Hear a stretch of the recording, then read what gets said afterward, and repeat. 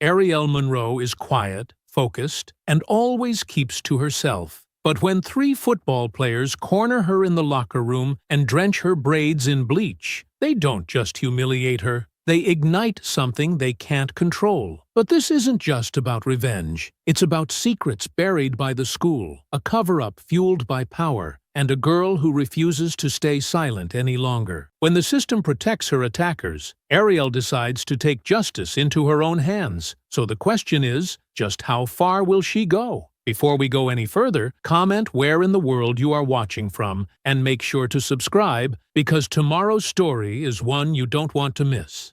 Through the bustling halls of Crestwood High, Ariel Monroe moved like a shadow, her footsteps quiet against the polished floor.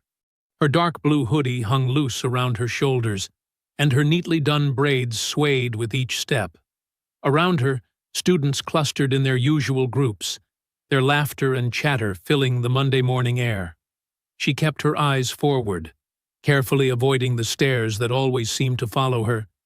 Some were curious, others dismissive, but most just looked through her as if she were invisible. That was fine with her. Being invisible meant being left alone, and being left alone meant staying out of trouble. The AP English classroom door stood open, and Ariel slipped inside, making her way to her usual seat in the third row.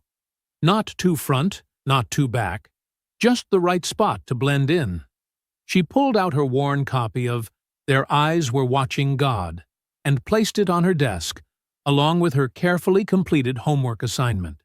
"Good morning, Ariel," Mrs. Peterson said from her desk, not looking up from her computer screen.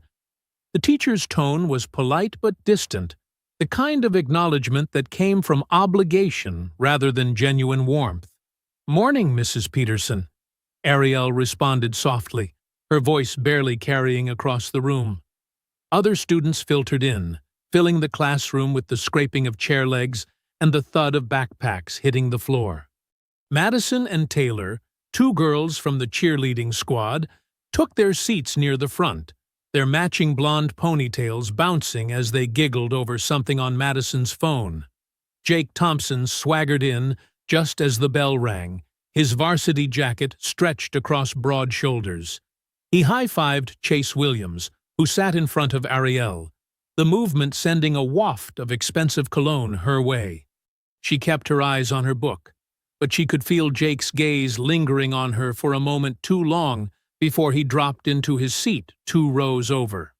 "All right, class," Mrs. Peterson stood up, smoothing her pencil skirt. "Let's discuss Chapter 7 of Their Eyes Were Watching God. Who can tell me about Janie's relationship with Joe Starks and how it reflects the theme of power?" Ariel knew the answer. She'd spent hours analyzing the chapter, filling the margins of her book with neat pencil notes. Her hand twitched, but stayed in her lap. Madison's hand shot up. "Well, Joe totally controls everything Janie does, right? He's basically super toxic." Mrs. Peterson nodded, though her smile tightened slightly. "That's one way to put it. Anyone else?" Ariel's fingers traced the edge of her desk. The words formed in her mind. Janie's submission to Joe represents the intersection of gender and power in the early 20th century South, where black women faced dual oppression. But she kept quiet.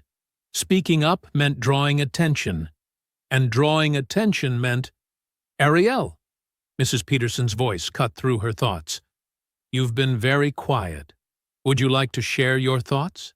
23 pairs of eyes turned toward her.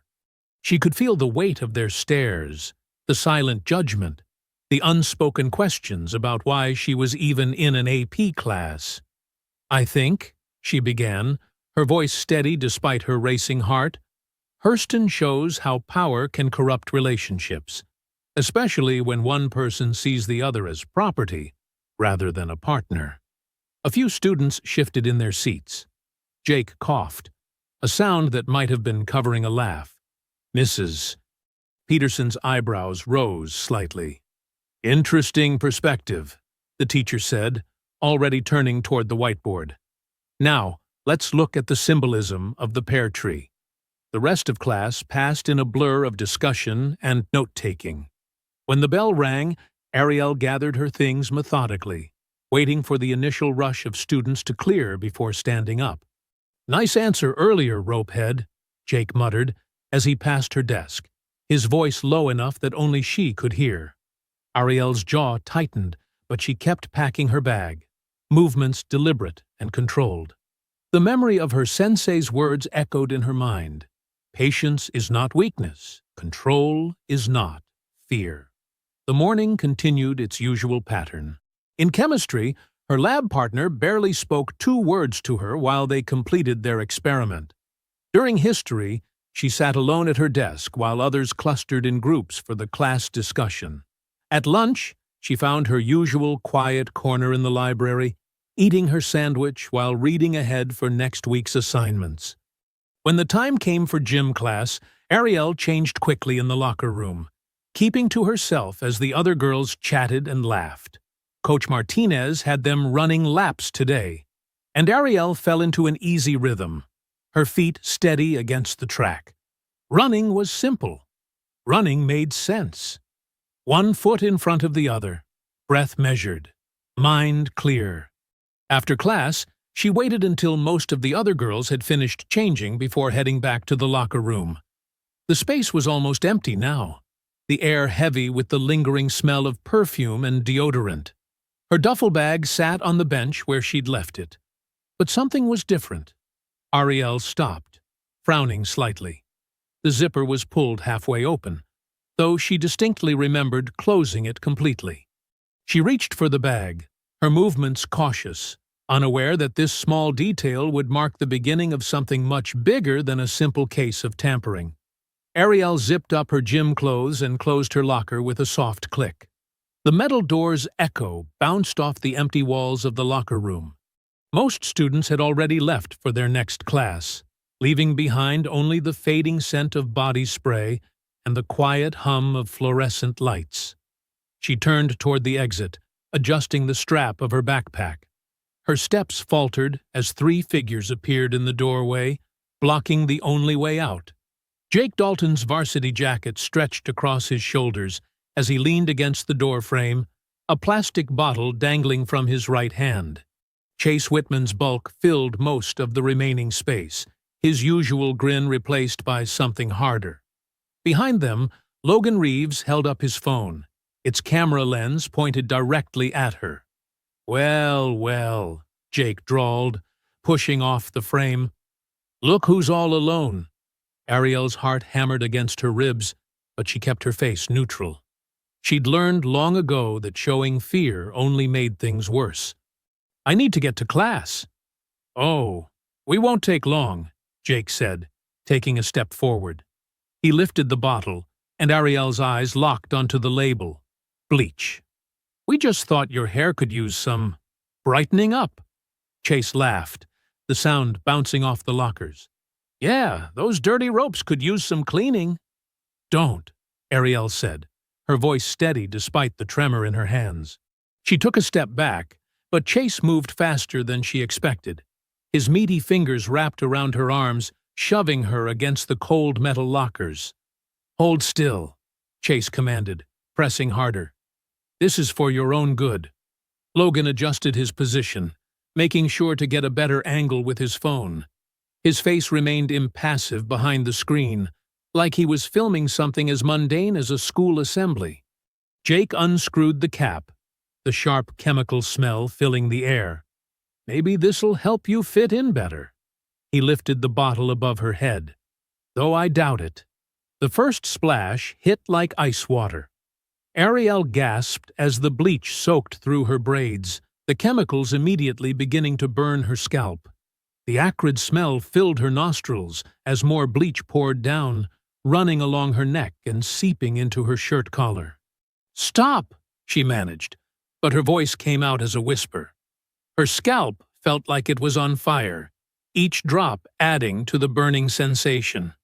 "What's that?" Jake leaned in closer, his breath hot against her ear. "Can't hear you over all this improvement happening." Chase's grip tightened as she instinctively tried to pull away. "Better thank us," he sneered. "This stuff ain't cheap." Logan zoomed in with his phone, capturing every detail of her humiliation. His silence somehow felt worse than Jake's taunts or Chase's laughter. The burning intensified. Bleach dripped down her face, forcing her to squeeze her eyes shut. Her carefully maintained braids, done by her grandmother's loving hands just last weekend, now hung heavy and soaked with chemicals. "There," Jake said, shaking the last drops onto her head. "Now maybe you won't look so— What's the word I'm looking for, Chase?" "Ghetto?" Chase supplied, finally releasing his grip. "That's it." Jake tossed the empty bottle into a nearby trash can. "Consider this a public service." He stepped back, admiring their work. "Come on, boys. Our good deed is done." Logan lowered his phone, but kept recording as they backed toward the door. "This'll make a great addition to the collection," he said, his first words since entering the room. "Don't worry," Jake called over his shoulder. "That burning means it's working." Their laughter echoed down the hallway long after they'd gone. Ariel stood frozen against the lockers, bleach dripping onto the floor around her feet. The chemical smell burned her nose, and her scalp felt like it was being stabbed with hundreds of tiny needles. Moving slowly, she grabbed paper towels from the dispenser and tried to blot the worst of it. But the damage was already done. In the mirror, she could see patches of her dark braids already starting to lighten, the bleach eating away at the color. The late bell rang, its sharp sound making her jump. She had to get out of here. Had to get home. Had to— Ariel gathered her things with shaking hands. Her shirt was soaked through in places, and every movement sent fresh waves of burning across her scalp. She pushed through the door and into the empty hallway, keeping her head down as she made her way to the school's exit. The walk to the bus stop felt like miles. A few students lingered outside, their conversations dying as she passed. She could feel their stares, hear their whispers, but she kept walking. The bus arrived right on schedule. Ariel climbed aboard, the familiar steps now feeling like a mountain climb. She slid into an empty seat near the back, gripping the edge until her knuckles turned white. Other students filed on, filling the seats around her. Some glanced her way, taking in her wet hair and the strong chemical smell, but they quickly turned away. No one sat next to her. No one asked if she was okay. They all just pretended not to see, like they always did. The bus lurched forward, and Ariel pressed her forehead against the cool window, trying to focus on anything except the burning in her scalp and the shame burning in her chest. The front door creaked as Ariel stepped into her grandmother's small but tidy house. The familiar scent of lemon furniture polish and fresh laundry usually brought comfort, but today it couldn't cut through the harsh chemical smell that clung to her. "Baby? Is that you?" Ms. Thelma's voice called from the kitchen. "You're home early." Her words cut off as she stepped into the hallway. The dish towel she'd been holding dropped to the floor. "Oh, Lord Jesus! What happened to you?" Ariel tried to speak, but her throat closed up. She'd held it together on the bus, through the walk home, but seeing her grandmother's face, the shock, the pain, the instant understanding, broke something inside her. Her voice cracked. "They poured bleach on me." The tears finally came, hot and unstoppable. Ms. Thelma moved fast for her age, crossing the space between them in seconds. She wrapped her arms around Ariel, ignoring the chemicals that soaked into her own clothes. "Who did this? Tell me everything." But Ariel could only shake her head, pressing her face into her grandmother's shoulder as sobs racked her body. The burning in her scalp had dulled to a constant ache, but the humiliation felt sharper than ever. "Okay, baby. Okay." Ms. Thelma's voice was steady, though her hands trembled slightly as she pulled back to examine Ariel's hair. "First things first. We need to wash this out before it does any more damage. Come on." She guided Ariel to the kitchen sink, grabbing the spray nozzle. "Lean over." The warm water felt like heaven against Ariel's burning scalp. Ms. Thelma worked quickly but gently, rinsing each braid thoroughly. It was Jake and his friends, Ariel finally managed between rinses. In the locker room, they filmed it. Ms. Thelma's hands paused for just a moment. "The Dalton boy?" Her voice was carefully controlled. "I taught his mama in 3rd grade. Never did learn respect, that family." After the 4th rinse, Ms. Thelma patted Ariel's hair with a clean towel. "Let me see the damage." She carefully examined the braids, her expression growing grimmer. "Some of these will have to come out. The bleach ate right through." They moved to the bathroom, where Ms. Thelma kept her hair supplies. The mirror showed what Ariel had been afraid to really look at. Patches of her dark braids now a sickly orange-yellow, the ends fraying and brittle. "I'm calling that school first thing tomorrow," Ms. Thelma said, as she began carefully unraveling the salvageable braids. "This isn't just some foolish prank. This is assault." "They won't do anything," Ariel whispered, watching another damaged braid fall to the bathroom floor. "They never do." "Then we'll make them do something."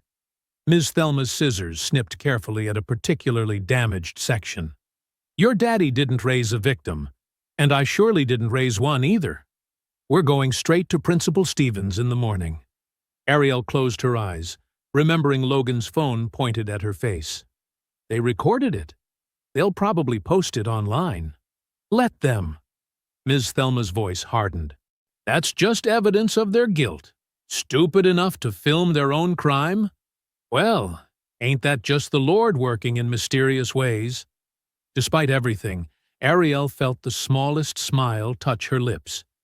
Her grandmother's unwavering strength had always been a comfort, even in the darkest moments. It took over an hour to deal with all the damage. By the end, about half of Ariel's braids had to be cut out completely. The rest hung unevenly, a patchwork of dark and light that told the story of the day's cruelty. "We'll fix the rest this weekend," Ms. Thelma promised, running her fingers gently through what remained. "For now, get cleaned up and try to rest. Tomorrow's going to be a long day." Later that night, after a shower that finally washed away the last traces of bleach smell, Ariel stood in her bedroom. The house was quiet except for the soft sounds of her grandmother's favorite gospel program playing downstairs. She opened her closet door slowly, pushing aside hanging clothes until she found what she was looking for. The white Prodigy was still crisp and clean, folded perfectly on its shelf. She hadn't worn it in months, not since. Her fingers found the belt next to it.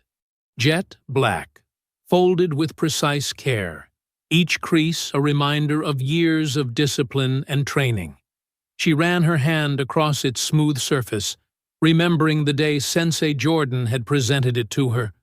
For a long moment, she stood there, touching the fabric that represented so much of who she used to be. Then, quietly, she shut the closet door. The next morning, Ariel's hands shook as she buttoned her blouse. She'd spent half an hour trying to style what remained of her hair, finally settling on a head wrap that Ms. Thelma helped arrange. The mirror showed someone she barely recognized, someone whose confidence had been stripped away along with her braids. "Ready, baby?" Ms. Thelma stood in the doorway, already dressed in her meeting clothes, a pressed navy dress and sensible shoes that commanded respect. She carried her old leather portfolio, the one she'd used during parent-teacher conferences in her teaching days. The drive to school was quiet. Ariel watched familiar houses pass by, each one bringing them closer to a confrontation she dreaded. Ms. Thelma's hands were steady on the wheel, but Ariel noticed how tightly she gripped it. "Remember," Ms. Thelma said as they pulled into the visitor parking spot, "you did nothing wrong. Hold your head high." The main office was already busy with morning activity. The secretary's smile faltered when she saw them, quickly reaching for her phone. "Assistant Principal Roberts will see you shortly." They waited 15 minutes before being called back. Mr. Roberts sat behind his desk, a thin man with wire-rimmed glasses who always seemed to be frowning. Jake, Chase, and Logan were already there with their parents, seated along one wall. "Mrs. Monroe," Mr. Roberts nodded to Thelma. "Ariel, please, have a seat." "That's Ms. Monroe," Thelma corrected firmly, settling into a chair. "And we're here about the assault on my granddaughter yesterday." "Yes, well," Mr. Roberts shuffled some papers. "We've already spoken with the other students involved. They tell quite a different story." Jake's mother, a woman in an expensive suit, cut in. "My son says your granddaughter has been hostile toward him for weeks, refusing to speak, giving dirty looks." "Excuse me?" Miss Thelma's voice could have frozen fire. "Are you suggesting my granddaughter deserved to have chemicals poured on her head because she didn't smile enough for your son?" "Now, let's all stay calm." Mr. Roberts raised his hands. "The boys admit there was an incident in the locker room, but they say it was just water, a harmless prank that got out of hand because Ariel became aggressive." "Water?" Ariel found her voice, disbelief making her speak up. "My braids were burned. I had chemical burns on my scalp." "Young lady," Mr. Roberts peered at her over his glasses, "your attitude right now is exactly what we're talking about. The boys say you've been uncooperative all year, refusing to participate in school spirit activities, keeping to yourself. Since when is being quiet a crime?" Ms. Thelma demanded. "Furthermore," Mr. Roberts continued as if she hadn't spoken, "the boys say you threatened them afterward. Something about making them pay?" Ariel's mouth fell open. "That's a lie. I never—" "We have witnesses," Chase's father spoke up. Other students who heard her. "Where's the video?" Ms. Thelma asked suddenly. The room went quiet. "My granddaughter says they filmed it. Where's that video?" Logan shifted in his seat, but his mother answered smoothly. "There is no video. These are just excuses to cover up her behavioral issues." Mr. Roberts nodded, picking up a form from his desk. "Given the conflicting accounts and Ariel's continued combative attitude, we're issuing a 3-day suspension for disruptive behavior and making threats." "You're suspending me?" Ariel felt like she couldn't breathe. "This is ridiculous." Ms. Thelma stood up. "These boys attacked my granddaughter, and you're punishing her for it? I want to speak to Principal Stevens." "Dr. Stevens is in meetings all day," Mr. Roberts said. "This decision is final. Ariel can return next Monday, assuming she's ready to cooperate better with her fellow students." The boys smirked as Ariel and her grandmother left the office. Jake's mother was already on her phone, probably calling their lawyer. Chase whispered something to Logan, and they both laughed. The drive home was even quieter than the drive to school. "Sid." Thelma's jaw was set in a way Ariel hadn't seen since her father's funeral. When they pulled into their driveway, neither moved to get out. "I'm filing a complaint with the school board," Ms. Thelma finally said. "This isn't over." But Ariel barely heard her. Something had shifted inside her during that meeting.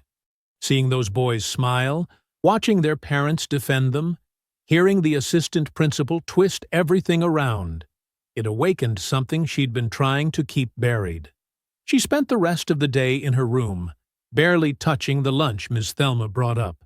By evening, she'd made a decision. "I'm going out for a bit," she called downstairs. Her grandmother looked up from her paperwork, concerned but understanding in her eyes. "Be careful," was all she said. The sun was setting as Ariel drove across town. The dojo's familiar storefront came into view. Jordan's Traditional Karate, written in simple letters above the door. The parking lot was half full. Evening classes would be starting soon. She pulled into a spot, but didn't get out immediately. Through the windows, she could see students warming up, their white GIs bright under the fluorescent lights. Sensei Jordan moved among them, making corrections, just like he had when she was there. Ariel gripped her steering wheel, remembering the last time she'd been here, the tournament, the fight, the reason she'd walked away. After a long moment, she reached for her door handle. It was time to stop running. The bell above the dojo's door chimed as Ariel stepped inside. The familiar smell of wood floors and sweat hit her immediately. Several students turned, their eyes widening in recognition. A few whispered to each other. She stood awkwardly by the entrance, her street clothes making her feel even more out of place. The evening class was just starting to line up, mostly teenagers and a few adults, all in crisp white uniforms. Sensei Jordan emerged from his office, clipboard in hand. He paused when he saw her, his expression unchanging except for the slightest lift of an eyebrow. Their eyes met across the room. After a moment, he gave her a single, deliberate nod. "Class, face front," he called out, breaking the tension. "Begin warm-ups." Ariel made her way to the changing room, her old locker still there with her name tape faded but readable. Inside her gym bag was her GI, freshly washed but wrinkled from storage. The black belt felt heavy in her hands. When she emerged, the class was doing jumping jacks. Without a word, she took her old spot in the back corner and joined in. Her body remembered the rhythm, the counting, the movements, the discipline of it all. "Push-ups," Sensei Jordan's voice carried across the dojo. "Down position. Hold." Ariel's arms trembled slightly as she held the plank. A year away had softened her muscles, but the strength was still there, buried beneath the surface. "Begin." She threw herself into each exercise with quiet intensity. Every push-up was Jake's smirk disappearing. Every squat was Chase's grip loosening. Every punch into the air was Logan's phone shattering. "Partner drills," Jordan announced. "Basics first." The other students paired up quickly, leaving Ariel alone. She expected this. She was the outsider again. But Sensei Jordan stepped onto the mat. "Show me your front kick," he said simply. Ariel took her stance. The movement felt rusty at first, but muscle memory took over. Kick after kick, her legs snapped out with increasing precision. Jordan held the pad steady, saying nothing, but she could feel his assessment in every impact. "Again," he said, whenever her form slipped even slightly. "Control. Power comes from focus, not anger." Her head wrap had started to come loose from the exertion. Sweat ran down her neck. The other students stole glances between their own drills. "Enough," Jordan finally said. He lowered the pad and looked at her directly. "Why are you here, Ariel?" She hesitated, conscious of the others listening. I need to remember something." "What's that?" "Who I am." Jordan studied her for a long moment. Then he nodded toward the heavy bag in the corner. 10 minutes. "Show me." Ariel approached the bag, her bare feet silent on the mat. She took her fighting stance, left foot forward, hands up, core tight. The bag hung there, waiting. Her first punch was tentative, the second less so. By the third, something broke loose inside her. She struck the bag with controlled fury, each hit precise, despite her rising intensity. Kicks followed. Punches followed elbow strikes. The chain rattled with every impact. She wasn't just hitting leather, she was hitting every dismissive look, every muttered insult, every moment she'd been told to smile and stay quiet. Jordan watched without comment, hands clasped behind his back. The other students had stopped their drills entirely now, but Ariel barely noticed them. She was lost in the rhythm of her own power. When Jordan finally called time, she was breathing hard but steady. Her GI was soaked with sweat. The head wrap had fallen completely, revealing her shortened, uneven hair. "Better," was all Jordan said, but his eyes held approval and warning. "Same time tomorrow?" "Yes, Sensei." Ariel bowed slightly. After changing, she sat in her car for several minutes, letting her racing heart slow down.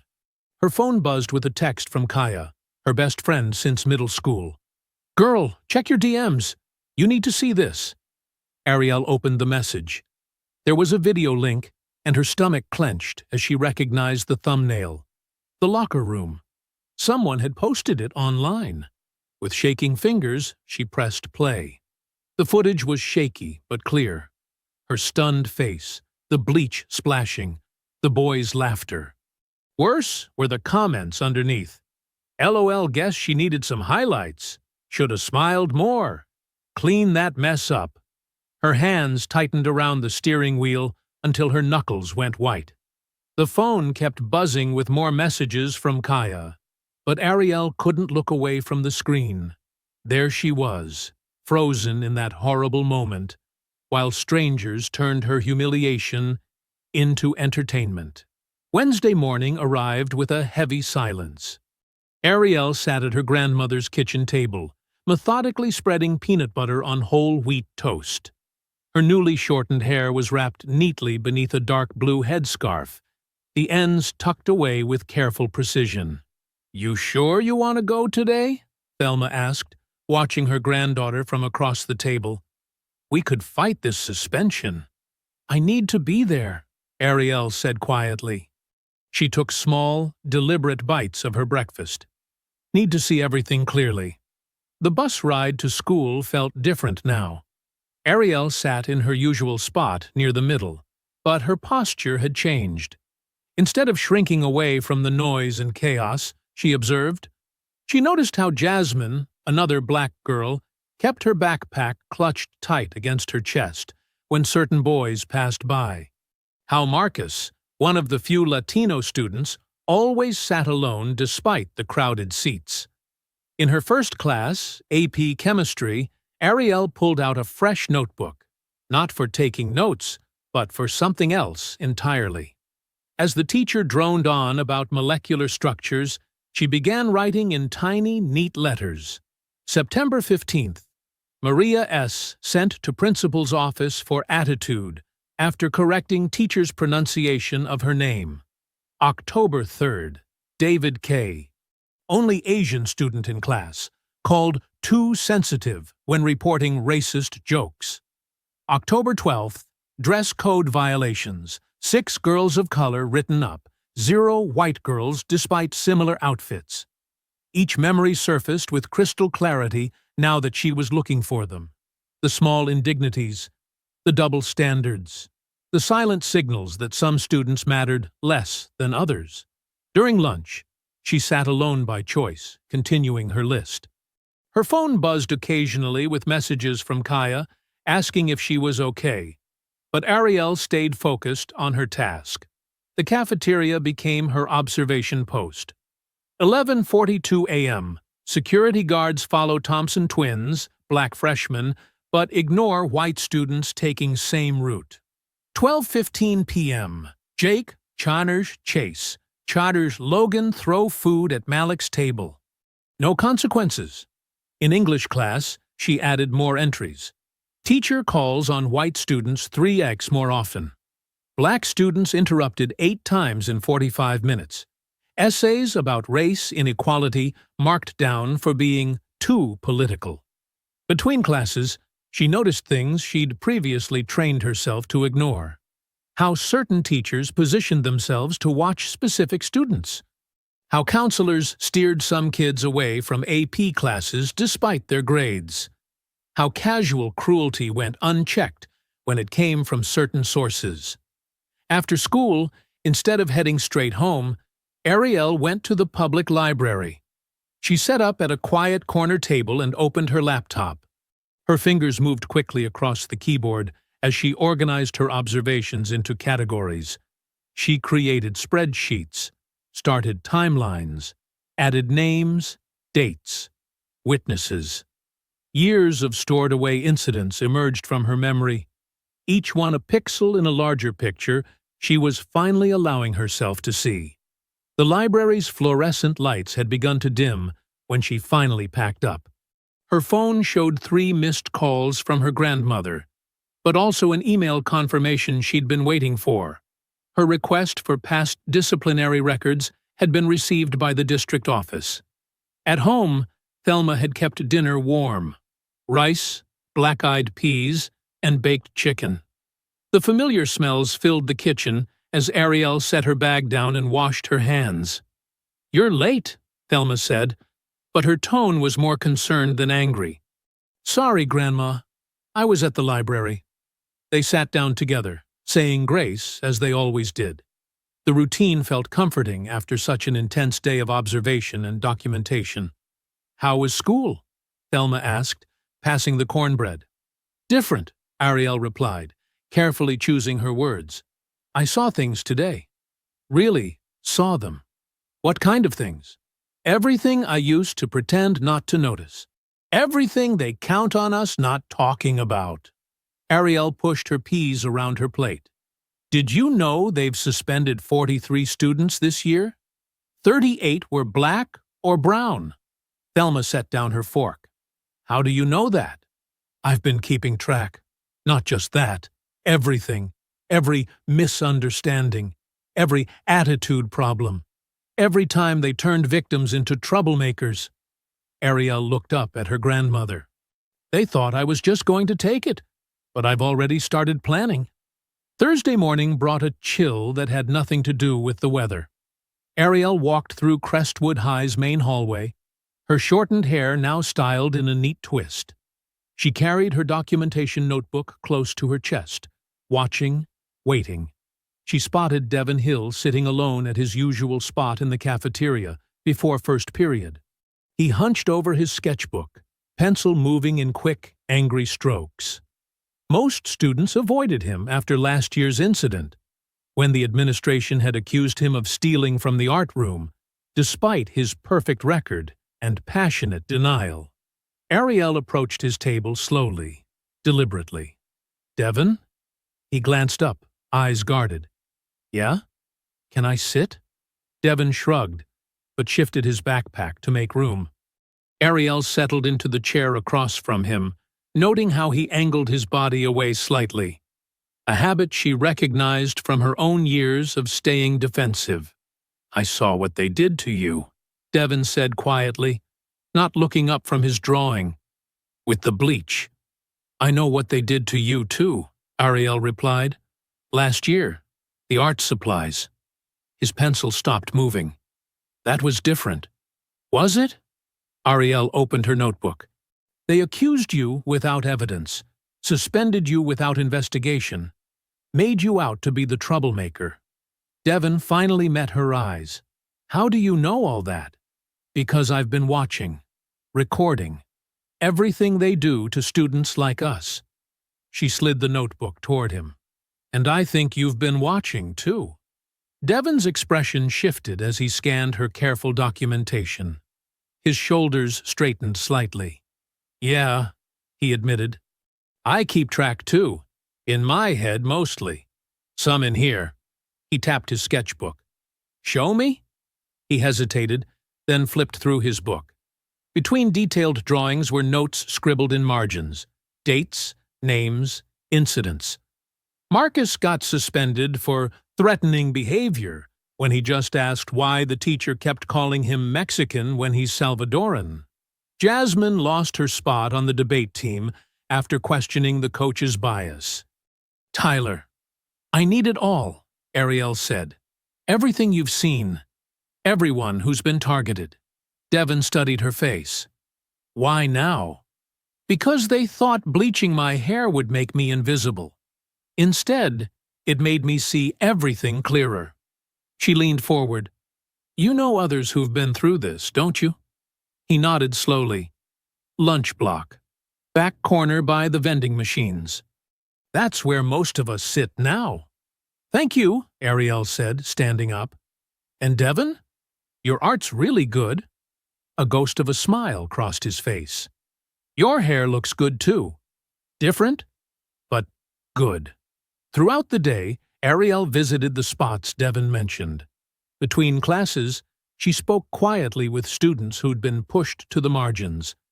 Maria from her chemistry class, the Thompson twins, Malik from the cafeteria. Each had a story. Each had been silenced. After school, Ariel headed to the Southside Community Center. She'd found Zaria Hughes's contact information through the local black community newsletter. The young journalist had written several pieces about discrimination in nearby school districts. The community center buzzed with after-school activities. Kids played basketball in the gym, while seniors gathered for bingo in the main hall. Ariel found Zaria in the small library, typing on a laptop decorated with social justice stickers. "Ms. Hughes?" Zaria looked up, her bright eyes sharp behind square-framed glasses. "Just Zaria is fine. You must be Ariel. Thank you for meeting me. Your email was specific." Zaria gestured to a chair. "You mentioned having evidence of systematic discrimination at Crestwood High." Ariel sat down, placing her notebook and phone on the table.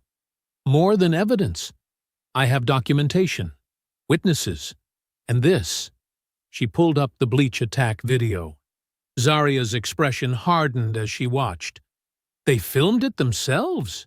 They wanted to humiliate me. Instead, they gave me proof. And the school suspended you, not them? That's just the beginning." Ariel opened her notebook. "I have dates, names, patterns. Other students are coming forward now. And one student, Devon.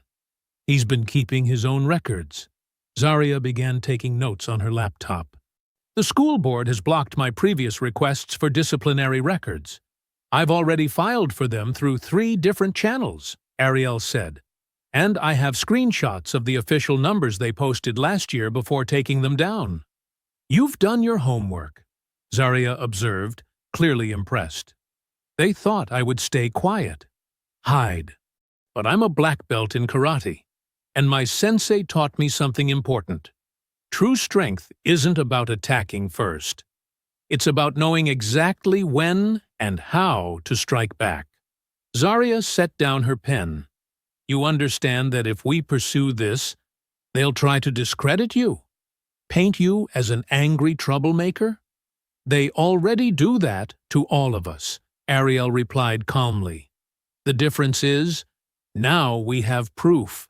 And I'm done being invisible." "All right, then." Zaria pulled out a recorder. "Let's start from the beginning. Tell me everything." Friday morning arrived with a heavy mist clinging to Crestwood High's brick walls. Ariel stepped off the bus, adjusting her backpack as whispers rippled through the crowd. Her shortened hair was styled in neat twists, each one a reminder of what they'd taken, and what they couldn't.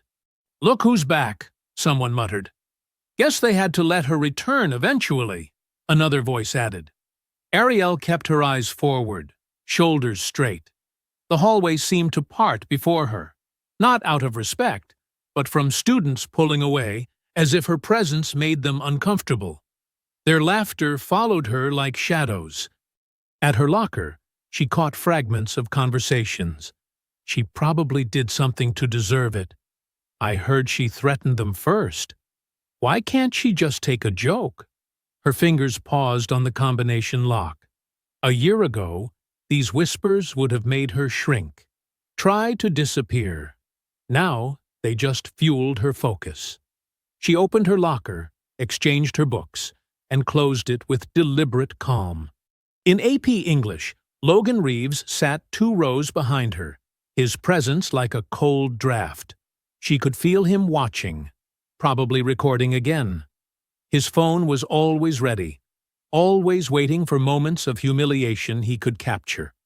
During lunch, Ariel sat with Devon and the others she'd met yesterday. They formed a quiet circle in the cafeteria's back corner, sharing knowing looks as Jake, Chase, and Logan held court at their usual table. "They're talking about you again," Maria whispered, glancing over. "Let them," Ariel replied, opening her notebook. "They think they're safe behind their phones and their daddy's lawyers.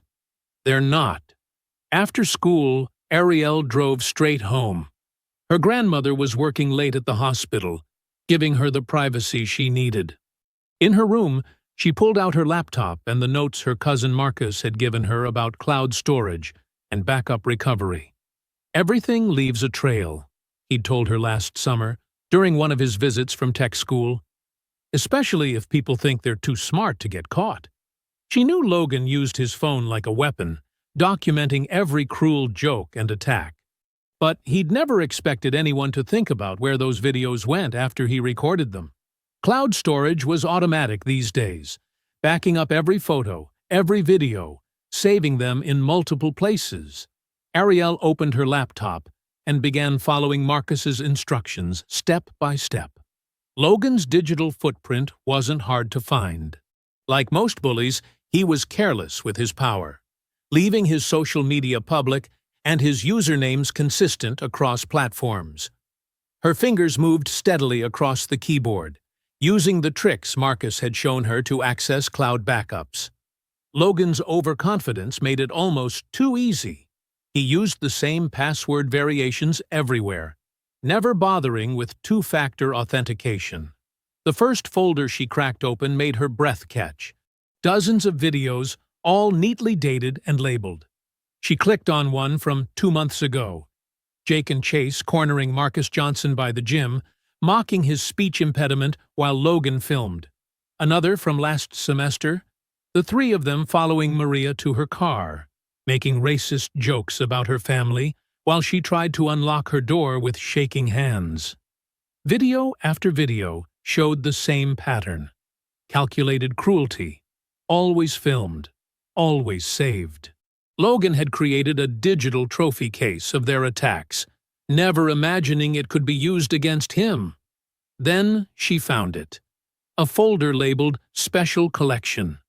Inside were videos with racial slurs as titles, messages discussing future pranks that sounded more like threats, and group chats where they planned their attacks. The Bleach attack video was there too, but with added commentary. Watch this one cry. Taught her to respect her betters. Next time we'll really make her regret it.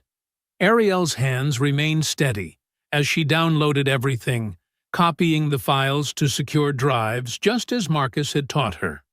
Each video was a link in a chain of evidence, each message another nail in their coffin of accountability.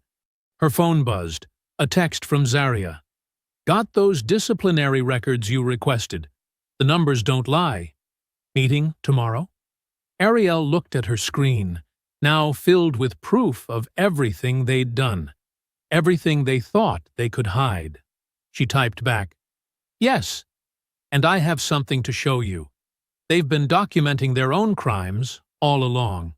She closed her laptop, feeling the weight of what she'd discovered. They had thought their phones made them powerful. Instead, their arrogance had given her exactly what she needed. Their own words and actions, recorded by their own hands, saved where they thought no one would ever look. The sun was setting outside her window, casting long shadows across her room. In the fading light, she could see her reflection in the mirror. Shorter hair, straight spine, eyes clear and focused. They had tried to break her spirit with that bleach. Instead, they had only revealed their own poison. Monday morning arrived with an unusual tension in the air. Students clustered in tight groups, whispering as they passed the guidance office. Inside, Ariel sat straight-backed in an uncomfortable plastic chair, her grandmother beside her. Assistant Principal Harris adjusted his tie. "Now, we've arranged this mediation to help everyone move forward. These kinds of misunderstandings between students need to be resolved professionally." Jake, Chase, and Logan filed in with their parents. Jake's father, a local business owner, wore an expensive suit and an impatient expression.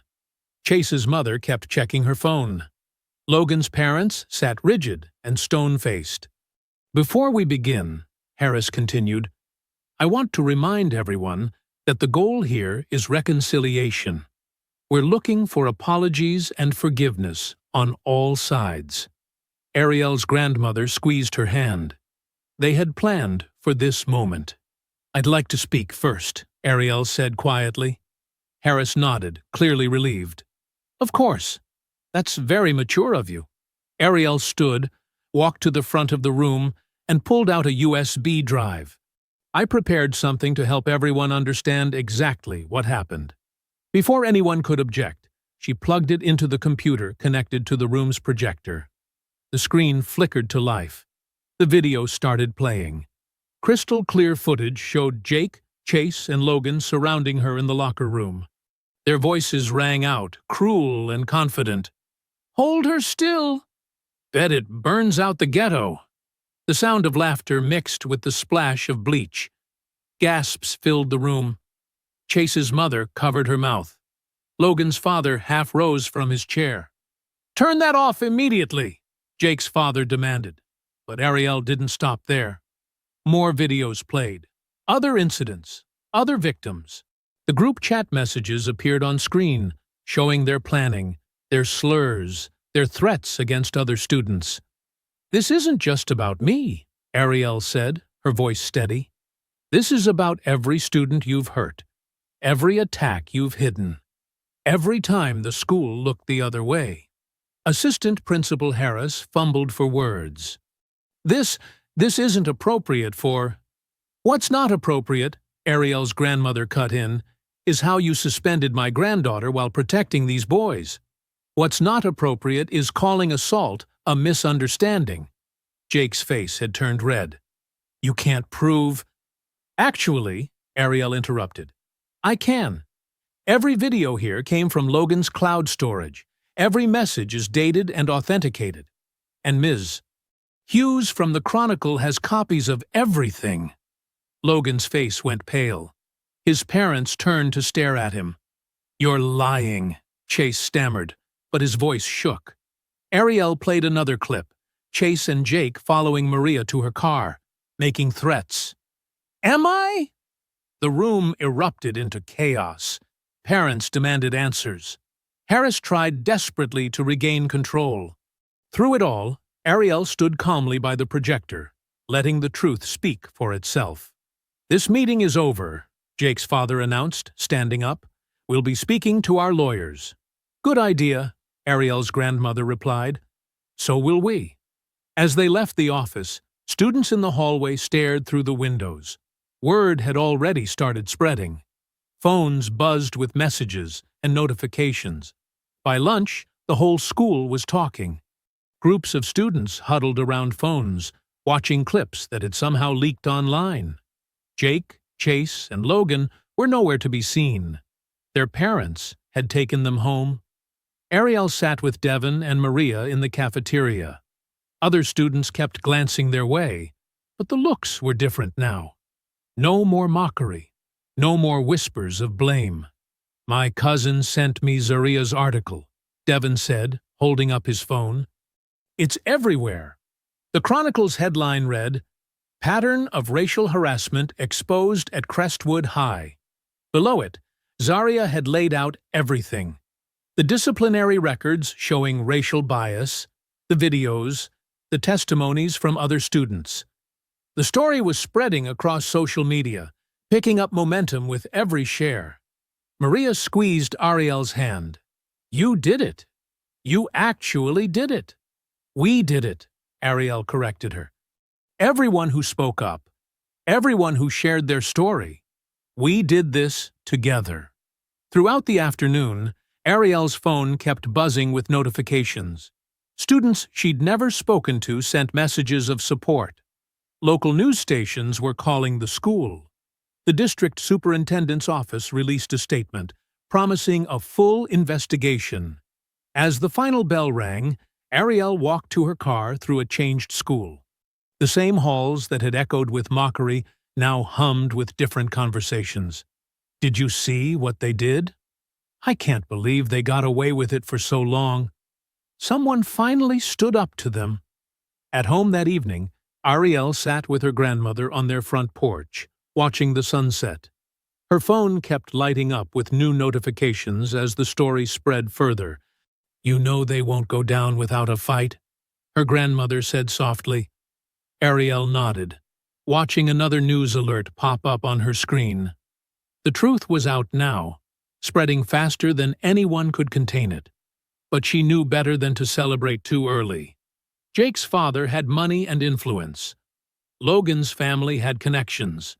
They wouldn't accept defeat easily. Tuesday morning arrived with an eerie silence. Ariel checked her phone as she got ready for school, frowning when she couldn't find Zaria's article. The link now led to an error page. She tried searching for the video clips. Nothing. Her grandmother called from the kitchen. "Baby, come look at this."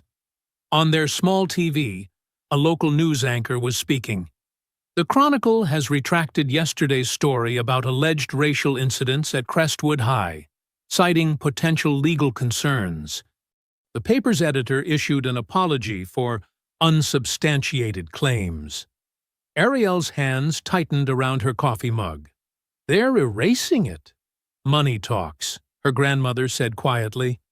"And those families have plenty of it." At school, the atmosphere had shifted again. Students who'd been outspoken yesterday now avoided eye contact. The hallway chatter was muted, cautious. Devon caught up with her before first period. "They're everywhere, taking down posts, threatening lawsuits. Jake's dad has some big-shot lawyer firm sending cease and desist letters to anyone who shared the videos." "What about your cousin's copies?" Ariel asked. "Got scared and deleted everything. His mom can't afford legal trouble." In English class, Ariel noticed empty seats where Jake, Chase, and Logan usually sat. Their absence felt like a warning rather than a victory. During lunch, Maria slid into the seat next to her, speaking in hushed tones. "My parents got a letter this morning. Some lawyer saying I could be sued for defamation if I keep talking about what happened in the parking lot." Ariel's phone buzzed. A text from Zaria. "I'm so sorry." They threatened the paper with a massive lawsuit. Editor pulled the story. "They're saying my sources weren't credible." One by one, the evidence was disappearing. Social media posts vanished. Video links died. Comments sections were scrubbed clean. It was like Monday had never happened. Between classes, Ariel overheard two teachers talking. "Did you see the email from the superintendent?" "Yes." "Indefinitely postponing the investigation until all legal matters are resolved." Assistant Principal Harris passed her in the hall, wearing a smug smile. He'd been right after all. Money and power were making everything disappear. By sixth period, even the school's security cameras had mysteriously malfunctioned during the time frame of the locker room incident. The system needed routine maintenance, according to the announcement. Ariel sat in calculus, watching her classmates pretend nothing had changed. Yesterday's brave faces were replaced by careful silence. The same old pattern. Speak up, get threatened, back down, stay quiet. The final bell rang. Students rushed to leave, eager to escape the tension. Ariel took her time, walking to her locker with measured steps. She spun the combination lock, opened the metal door, and a folded piece of paper fluttered to the floor. Picking it up, she unfolded it carefully. The message was typed, no fingerprints to trace. "Stay quiet, or next time it's acid." Ariel stared at the words for a long moment. Then, without changing expression, she closed her locker. Her eyes narrowed. The afternoon sun cast long shadows through Crestwood High's windows. Most students had already left, but Ariel stayed late to make up a test she'd missed during her suspension. As she walked down the empty hallway, voices echoed from around the corner. "Look at all this hair! What do you even call this mess?" Laughter followed. Ariel recognized Jake's voice immediately. Her muscles tensed. "Please, just let me go." The voice was small, frightened. Ariel peered around the corner. Jake, Chase, and Logan had surrounded a younger girl, Jamila Carter, a freshman she'd seen in the library. Jamila's natural curls bounced as she tried to back away, but Chase blocked her path. "We're just trying to help," Logan sneered, reaching for Jamila's hair. "Maybe it needs some special treatment, like Monroe's did." Jamila clutched her books tighter to her chest. "I didn't do anything to you." "Existing is enough," Jake said, shoving her shoulder. Her books crashed to the floor. This school used to have standards, you know? Ariel's fists clenched so tight, her nails dug into her palms. Her breath came in controlled bursts, just like Sensei Jordan taught her. Each muscle in her body screamed to move. "Pick those up," Chase ordered Jamila, kicking one of her books further away. Jamila knelt down, trembling. Tears rolled down her cheeks as she reached for the scattered papers. "Hurry up!" Logan kicked another book. "Dance for us!" The boys laughed again, circling her like vultures. Jake pulled out his phone, already recording. Ariel watched Jamila's hands shake as she gathered her things. The girl's fear was familiar. The same terror Ariel had felt in the locker room, the same helplessness that had haunted her for days. Her mind flashed to the acid threat in her locker, to the deleted videos, to the silenced witnesses, to every time she'd stayed quiet, thinking it would keep her safe. But Jamila wasn't her. Jamila was younger, more vulnerable. The kind of target these boys would never stop hunting unless someone made them stop. Ariel's body moved before her mind could hesitate. She stepped around the corner, footsteps silent from years of training. Back away from her. Her voice cut through their laughter like steel. The boys spun around. Jake's smirk widened. "Well, look who it is. Missing your bleach treatment?" I said back away. Ariel moved closer, positioning herself between them and Jamila. "Or what?" Chase stepped forward, trying to use his height to intimidate her. "Gonna cry to the principal again?" "Jamila," Ariel said without taking her eyes off the boys, "get your things and go." "But," Jamila started. "Now!" They heard scrambling as Jamila gathered her books.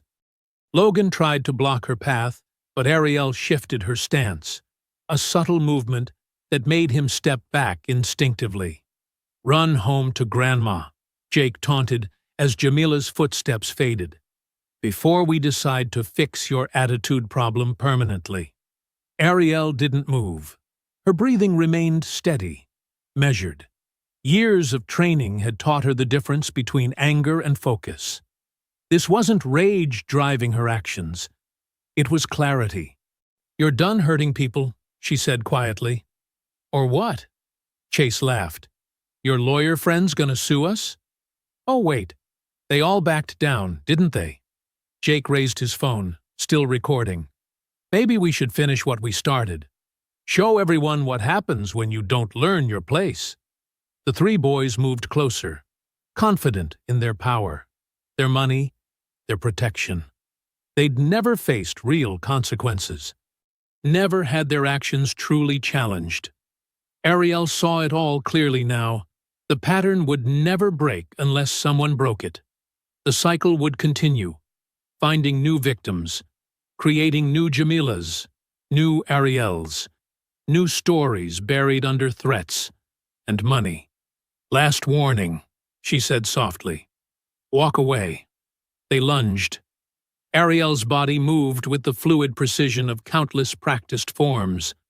She didn't think about the moves. They simply happened, muscle memory taking over where conscious thought ended. A sweep took Logan's legs out. A block deflected Chase's grab. A precise strike sent Jake stumbling back, his phone clattering across the floor. The boys recovered quickly, anger replacing their shock. They attacked again, 3 against 1. But Ariel wasn't fighting. She was executing a kata, each movement flowing into the next. Block, strike, redirect. Her grandmother's voice echoed in her mind. "Power isn't about who's strongest, baby. It's about who knows when to use their strength." When it was over, all 3 boys lay groaning on the floor. No permanent damage, but plenty of bruised egos. Jake's phone had recorded everything. Ariel walked away without a word, leaving them to their shame. Hours later, she knelt on the familiar mat of Sensei Jordan's dojo. The midnight air was still and cool. Her GI was damp with sweat from hours of practice, but her breathing remained steady. She heard the soft footsteps of her grandmother entering the dojo. Thelma didn't speak, didn't disturb her meditation. She simply watched her granddaughter, perfectly still, perfectly centered, perfectly at peace with what needed to be done. The charity event's decorations cast strange shadows across Crestwood High's hallways. Paper stars and streamers hung from the ceiling, swaying gently in the air conditioning. Most students wouldn't arrive for another hour, but Ariel had come early, walking the familiar corridors with purpose. She'd spent the last 2 days watching, waiting. The video of her defending Jamila had spread through private messages, but the boys' families had quickly suppressed it. Their lawyers sent more threats. The principal called it unfortunate roughhousing. Nothing changed, except something had changed. The fear was gone. Ariel moved silently, her footsteps absorbed by the thin carpet that lined the administrative wing. The building felt different at night, more honest somehow, stripped of its daytime pretenses. No fake smiles from teachers who looked the other way. No whispered jokes from students too afraid to speak up. A crash echoed from the science wing, followed by muffled laughter. Ariel's pace quickened. "Come on, just smile for the camera." Jake's voice carried through the empty hallway. "We're trying to be friendly." "Please?" Jamila's voice trembled. "I'm supposed to help set up." "But we're so interested in your culture," Logan said with fake sincerity. "Tell us about your hair. Does it always look this wild?" Ariel rounded the corner. The scene was painfully familiar. Jamila pressed against the wall, clutching a box of decorations. Jake filming with his phone, Chase blocking her escape. Logan circling like a shark. "Maybe we should help tame it," Chase suggested, reaching for Jamila's curls. "I think I saw some cleaning supplies in the janitor's closet." Jamila flinched away, tears streaming down her face. The box of decorations slipped from her hands, scattering paper stars across the floor. "Pick those up," Jake ordered, zooming in with his phone. "And this time, try smiling. You people are always so angry." Ariel had seen enough. Her steps were measured, deliberate. The boys didn't notice her approach until she was almost upon them. "Well, look who's back for more," Logan smirked, turning to face her. "Didn't learn your lesson about interfering?" Chase cracked his knuckles. "Maybe we should teach both of them some manners." "Your parents can't protect you forever," Jake added, still filming. "Neither can your little karate tricks." Ariel moved between them and Jamila. Her stance was relaxed but ready, every muscle coiled with potential energy. Years of training had taught her that true power came from stillness, from the moment just before motion. "This ends tonight." She dropped into a fighting stance, her body automatically finding its center. Jake lunged first, predictable in his rage. Ariel sidestepped smoothly, letting his momentum carry him past. Her movements were fluid, precise. Nothing like the wild swings he expected. "Stand still!" he growled, spinning around for another charge. But Ariel wasn't there anymore. She'd shifted position, maintaining perfect distance. The hallway became her dojo, the fluorescent lights her spotlights. Time seemed to slow as her training took over. Chase came at her from the side, trying to grab her arms. She dropped low, executing a perfect sweep that sent him sprawling. His bulk worked against him. He hit the ground hard, stars scattering beneath his fall. Logan hung back, still filming with trembling hands. "Get her!" he shouted, voice cracking. "She's just one girl." Jake and Chase attacked together this time. Ariel breathed deeply, centered herself. Jake's punch whistled past her ear as she weaved. Chase's grab met empty air. Her counterstrikes were controlled, precise. A knife hand block followed by a front kick that sent Jake staggering backward. "Stop moving!" Chase bellowed, charging like a bull. Ariel pivoted, using his own force against him. A simple hip throw sent him flying into the wall of lockers. The crash echoed through the empty hallway. Behind her, Jamila gasped. Logan finally dropped his phone, pulling something from his pocket. A small canister. Pepper spray. His hand shook as he aimed it. "I'll blind you," he threatened. "I swear I will." Ariel moved before he could blink. 2 quick steps closed the distance. Her hand shot out, gripping his wrist. Pressure on the right point made his fingers spring open. The canister clattered to the floor, and she kicked it away. "That's assault!" Logan screamed, trying to pull free. "You're attacking us!"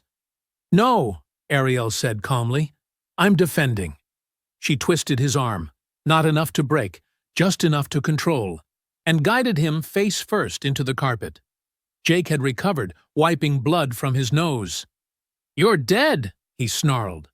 "When my father hears about this—" "When everyone hears about this," Ariel corrected. She could see students gathering at both ends of the hallway now, phones raised. The truth this time. He charged again, all technique abandoned in fury. Ariel met him with textbook precision. Block, strike, sweep. Movements she'd practiced thousands of times. Jake landed hard beside Logan. The wind knocked from his lungs. Chase was the last one standing, but his confidence had crumbled. He looked from his fallen friends to Ariel's steady stance, fear replacing arrogance in his eyes. "Stay back," he warned, raising his hands. "I don't want to hurt you." "That's new," Ariel replied. She held her position, ready but not aggressive. 3 years of watching you hurt people. Now you're worried about it? He glanced at the growing crowd, then back to her. "This isn't fair," he protested. 3 against 1. We weren't ready." "Was Jamila ready?" Ariel's voice carried down the hallway. "Was I ready in the locker room?" Chase made his choice.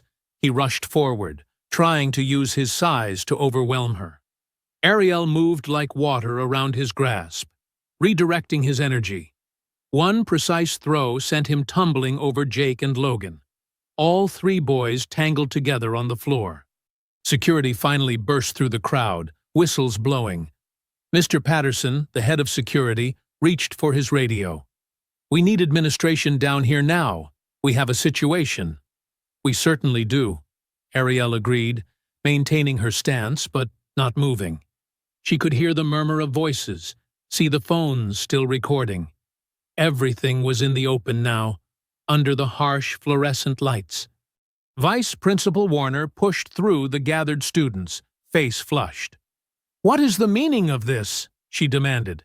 "Ms. Monroe, step away from those boys immediately." "I don't think so," someone called from the crowd. It was Devon, phone steady in his hands. "We all saw what happened. We got it all on video."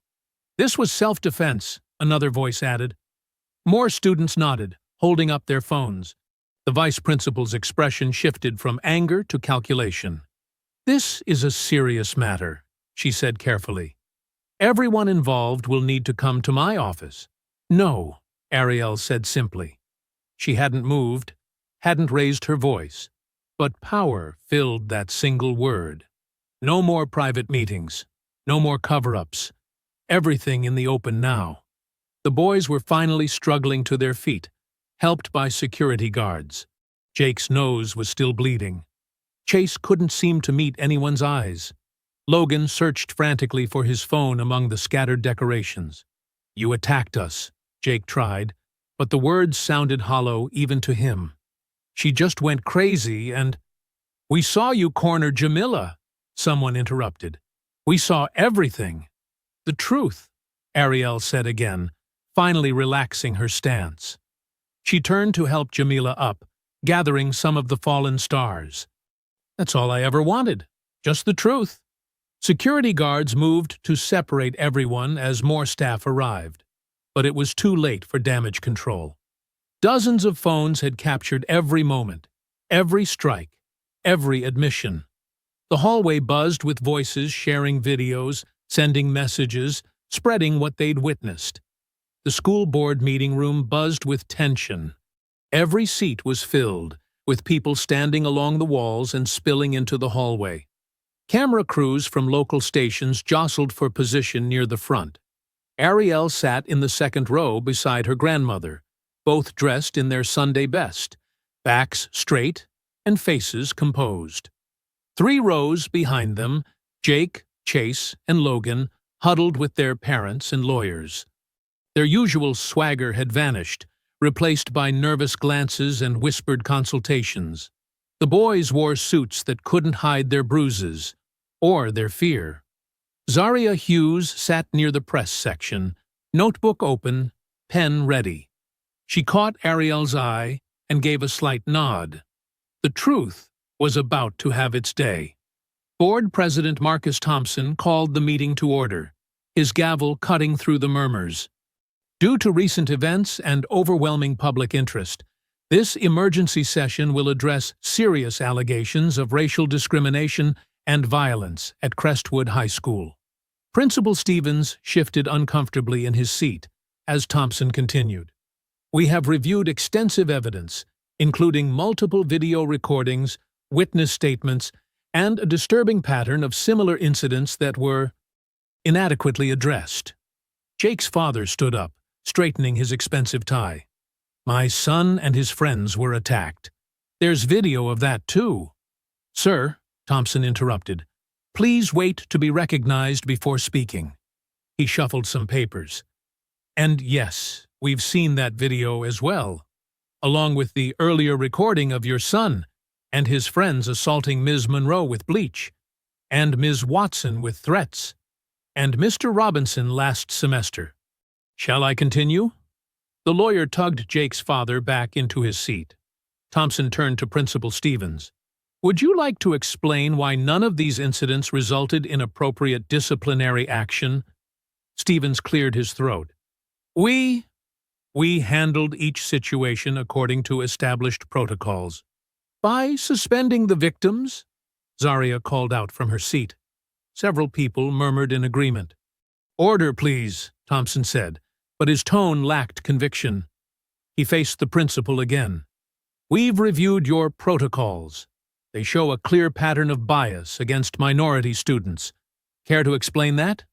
Instead of answering, Stevens reached into his briefcase and withdrew an envelope. I believe this will simplify matters, he said quietly, sliding it across the table. My resignation, effective immediately. A collective gasp rippled through the room. Ariel felt her grandmother's hand squeeze hers. Thompson accepted the envelope with a curt nod. As for the 3 students involved in these attacks, he fixed Jake, Chase, and Logan with a stern look. The board has voted unanimously for immediate expulsion. Furthermore, we are forwarding all evidence to the district attorney's office for review of possible criminal charges. You can't do this, Chase's mother shrieked, jumping to her feet. They're just boys. They're futures. They're futures. Thelma Monroe's voice cut through the chaos like steel. She stood slowly, dignity in every movement. What about my granddaughter's future? What about every child they terrorized? When did their futures stop mattering? Silence fell across the room. Even the cameras stopped whirring for a moment. Thompson cleared his throat. Mrs. Monroe is correct. This board failed in its duty to protect all students equally.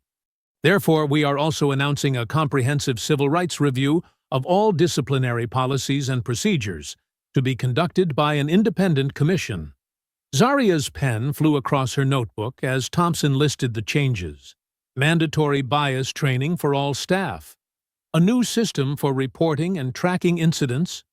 Regular reviews of disciplinary statistics, and a clear zero-tolerance policy for racial harassment. Additionally, he continued, all prior disciplinary actions against Ms. Monroe and other affected students will be expunged from their records. We cannot undo the harm that was done, but we can ensure it stops here. The boys and their parents stormed out, lawyers in tow, ignoring the reporter's questions. Principal Stevens slipped out a side door, head down. But most people stayed, watching as the board members signed the official documents making everything official. Afterward, reporters swarmed around Ariel, microphones thrust forward. "How does it feel? Will you press charges? Do you have a statement?" Ariel looked at them calmly. "Justice isn't about feeling good," she said quietly. "It's about making things right. That's all I wanted." She turned away from the cameras, taking her grandmother's arm. They drove home in peaceful silence as the sun set behind them. The porch lights were on, casting a warm glow across their front steps. Thelma went inside and came back with 2 steaming mugs of chamomile tea, her special honey and lemon blend. They settled into their usual spots, Thelma in her carved wooden rocker, Ariel on the porch swing. Cricket songs filled the evening air. The weight that had pressed on them for so long seemed to lift with each sip of tea. "You know what I'm proudest of?" Thelma asked after a while. Ariel looked up from her mug. "What's that?" "You never lost yourself. You stayed disciplined, controlled, used your strength to protect, not just punish." She smiled. "That's real power." Ariel nodded, watching the steam rise from her tea. The air felt different tonight. Lighter. Like after a storm passes, when everything is washed clean and new. They sat together, grandmother and granddaughter, drinking tea and listening to the crickets sing about justice. The afternoon sun streamed through the dojo's windows, casting long shadows across the training mats. Ariel adjusted her black belt, making sure it lay perfectly straight. Behind her, a dozen young girls sat in neat rows, their eyes wide with anticipation. Most wore street clothes. This wasn't about formal training, but something more urgent. Jamila sat in the front row, her natural curls framing a face that now held confidence instead of fear. She'd been the first to sign up when Ariel proposed the class. Now she helped arrange the younger girls, showing them how to sit properly. "Remember," Ariel began, her voice soft but clear, "self-defense isn't about hurting others. It's about protecting yourself and staying safe." She scanned the faces before her. Black girls, brown girls, Asian girls, all carrying the same watchful look she once had. "First, we'll learn awareness." Ariel demonstrated a ready stance. "Sometimes the best defense is seeing trouble before it starts." The girls mimicked her position. Some giggled nervously, others frowned in concentration. Ariel walked between them, making small corrections to their stances. "Keep your head up," she told a tiny girl with braids like she used to wear. "You have every right to look the world in the eye." From his spot near the wall, Sensei Jordan watched silently, arms crossed. He'd given Ariel full permission to use the dojo for these classes, recognizing something in her that went beyond martial arts, a desire to break the cycle of fear. "Now," Ariel continued, "let's practice getting away from grabs." She gestured to Jamila, who stood to help demonstrate. "Most times you don't need fancy moves. You need to be smart and quick." The girls paired up, practicing simple but effective escape techniques. Ariel moved among them, offering guidance and encouragement. When one girl became frustrated after several failed attempts, Ariel knelt beside her. "It's okay to mess up here," she said gently. "That's how we learn to get it right when it matters." The girl nodded and tried again. This time she broke free perfectly. "Yes," Ariel praised. "See? You're stronger than you think." As the class progressed, Ariel noticed changes in their faces. Fear giving way to determination, uncertainty replaced by purpose. These were the same transformations she'd gone through, but now she was helping others find their power sooner. Near the end of class, Ariel gathered them in a circle. "Being strong doesn't mean you're looking for trouble," she explained. "It means trouble better think twice before finding you." The girls nodded seriously. One raised her hand. "Did you feel scared? When those boys—" "Yes," Ariel answered honestly. "But being scared doesn't make you weak. It makes you human. What matters is what you do with that fear. From the doorway, Thelma Monroe watched her granddaughter teach. She saw echoes of her own mother, a civil rights activist who'd taught her that dignity was a form of defense. Now Ariel carried that legacy forward in her own way. "Last thing," Ariel said, standing tall, "we're going to practice our voices. Being loud can be as powerful as any move." She led them through a series of shouts, firm, clear, no commands that filled the dojo. Some girls were shy at first, but soon they were all projecting with confidence. The sound brought a smile to Sensei Jordan's usually stoic face. He'd seen Ariel grow from a quiet child into someone who knew exactly when to break her silence. As the class wound down, the girls bowed to Ariel, then to each other. Several hugged her before leaving, their eyes shining with newfound strength. Jamila was the last student to go, pausing at the door. "Same time next week?" she asked hopefully. Ariel nodded. "Every week, as long as anyone needs it." After the girls left, Ariel turned to face Sensei Jordan. She bowed deeply, showing respect not just for his teaching, but for his wisdom in letting her find her own path to healing. Her grandmother stepped forward from the back of the dojo, pride evident in every line of her face. "They poured bleach on your braids," she said softly. "But baby, they only strengthened your roots." Ariel smiled, bowed once more, and stepped into the sun. I hope you enjoyed that story. Please like the video and subscribe so that you do not miss out on the next one. In the meantime, I have handpicked 2 stories for you that I think you will enjoy. Have a great day.